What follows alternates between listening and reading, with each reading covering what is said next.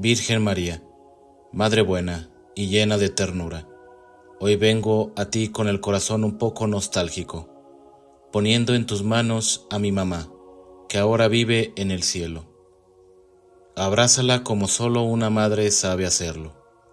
Cúbrela con tu manto de luz y dile cuánto la amo y cuánto la extraño.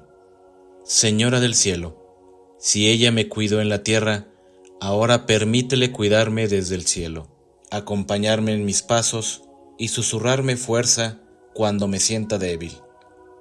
Dale descanso eterno, paz infinita y la alegría de la vida eterna junto a tu Hijo Jesús. Y a mí, regálame consuelo, serenidad y la esperanza de volver a abrazarla un día. Amén.